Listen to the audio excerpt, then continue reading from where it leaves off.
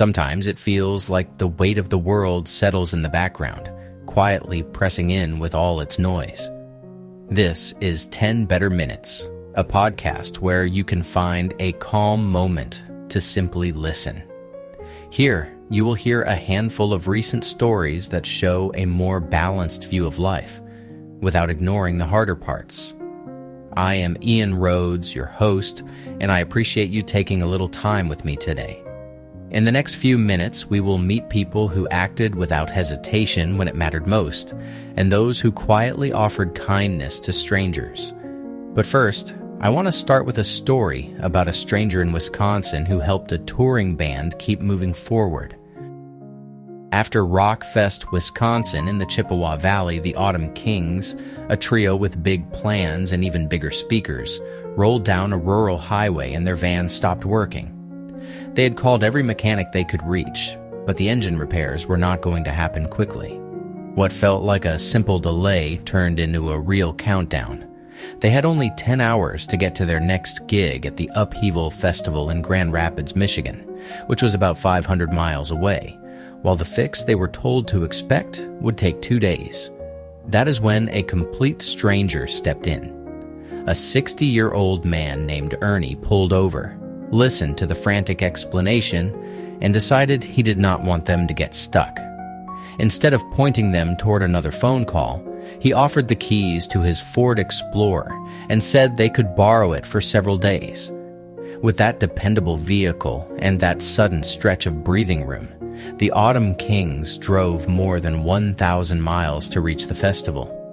When they finally returned to Ernie and handed the Explorer back, they did it with gratitude and relief.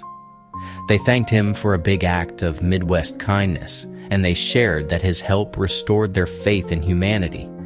It is a reminder that sometimes the fastest way forward is not another plan, but a real person choosing to help right where you are, before time runs out. In small moments when things change in an instant, people can be exactly what someone else needs. Today, we are looking at one such story of calm training and quick hands in a Clifton, Arizona post office. It started when an 8-month-old baby named Nova suddenly went limp and stopped breathing. In that little space in the Clifton, Arizona post office, Kylie Vega noticed right away and the room shifted into emergency mode. Postal clerk Mary Schwartz, who had once been a nurse and carried 13 years of experience, did not hesitate. She rushed in, began CPR, and used back thrusts, responding as if this might be something the baby could not clear on her own. And while Mary kept caring for Nova, Clifton Police Lieutenant Shari Aguilar stepped in to coordinate next steps. She helped get the baby moving toward medical care by driving Nova to a nearby clinic. By the time the professionals took over, Nova had started breathing again. From there, her journey continued with a transfer to Banner University Medical Center in Tucson, where she later underwent surgery on July 21 to repair a hole in her heart. What stands out to me is how ordinary people were ready. When Mary Schwartz recognized the moment and acted, she turned a crowded, everyday place into a lifeline. Stories like this leave me hopeful, because it reminds us that training, attention, and neighbors showing up can make room for recovery. Sometimes the most hopeful changes start in a place as ordinary as a Saturday morning football pitch, where the goal is really about belonging and steadier choices. Leicester Nirvana Football Club agreed to a pilot scheme after local authorities asked Coach Ivan LeBird to support a young person who had carried knives multiple times. The training was simple and consistent, woven into the club's routine on Saturdays, with clear expectations and the steady presence of adults who showed up. Over time, what surprised police was not just that the young person attended, but that he became highly dedicated to training and chose, in his own way, to step away from the pattern that was pulling him toward trouble. The club also put down roots after moving from Highfields, scouting land in Hamilton about 4 miles away. With help from the local council, they secured permission for a full-size pitch and built a clubhouse, creating a space that felt like it belonged to the community, not just the matches. Even the entrance banners read, "No racism," a small sign of the values they were trying to protect. And this kind of support is bigger than one story.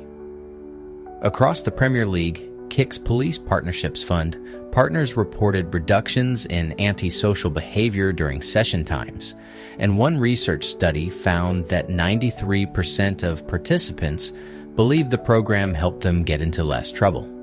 You know that feeling when someone gives you structure and a place to stand? This is what it looks like when it works.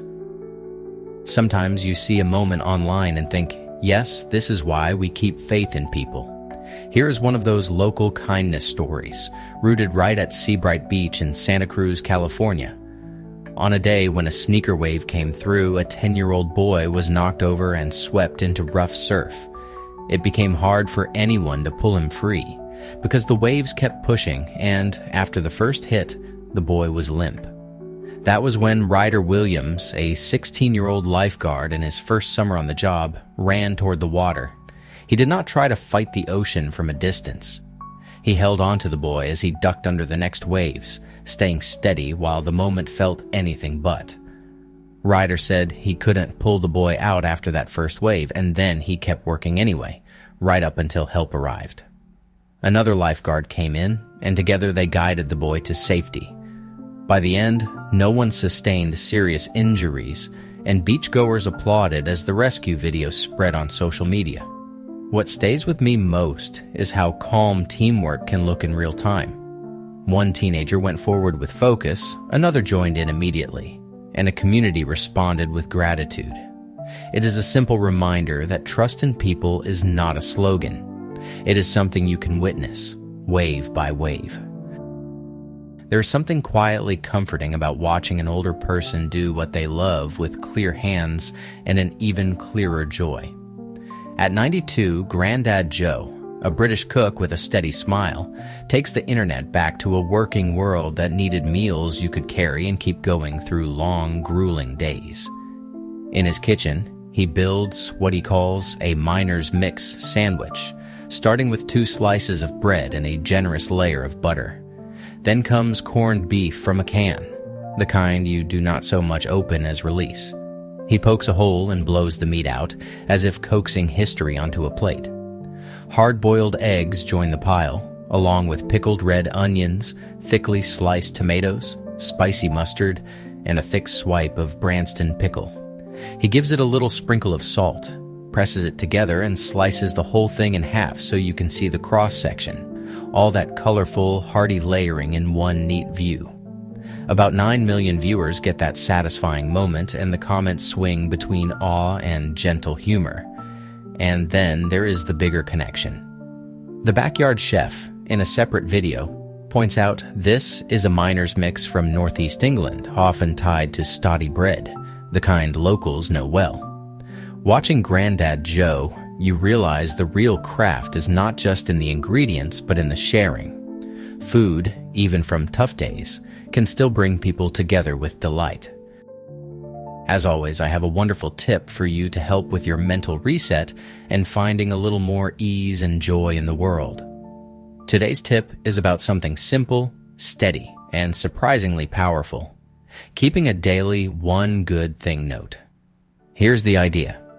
Each day, write down one good thing, no matter how small it seems. It could be the warmth of sunlight on your face, a kind word you overheard, a song that matched your mood, or the fact that you got through a hard moment without giving up.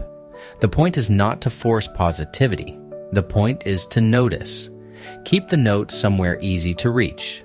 A notes app, a small notebook by your bed, a page you can flip to in the morning or evening. When you write it, take 10 seconds to feel it for real, even if only in your mind. That small act teaches your brain where to rest its attention. Over time, these notes become proof that good things do happen. And on the days when everything feels heavy, you will have a reminder waiting for you that you are not starting from zero. We made it to the end of this episode of 10 Better Minutes, and I am really glad you spent a few minutes with me today. If you came in feeling worn down by what the world sounds like when it only gets one kind of noise, I hope you leave with a steadier thought. There are still people doing decent things, kindness still shows up, and hope is sometimes quieter than we expect. If you would like a few more stories to carry you through the day, please subscribe or follow so you can find the next 10 Better Minutes episode posted every day. This is Ian Rhodes with 10 Better Minutes. Take care, and I will see you tomorrow.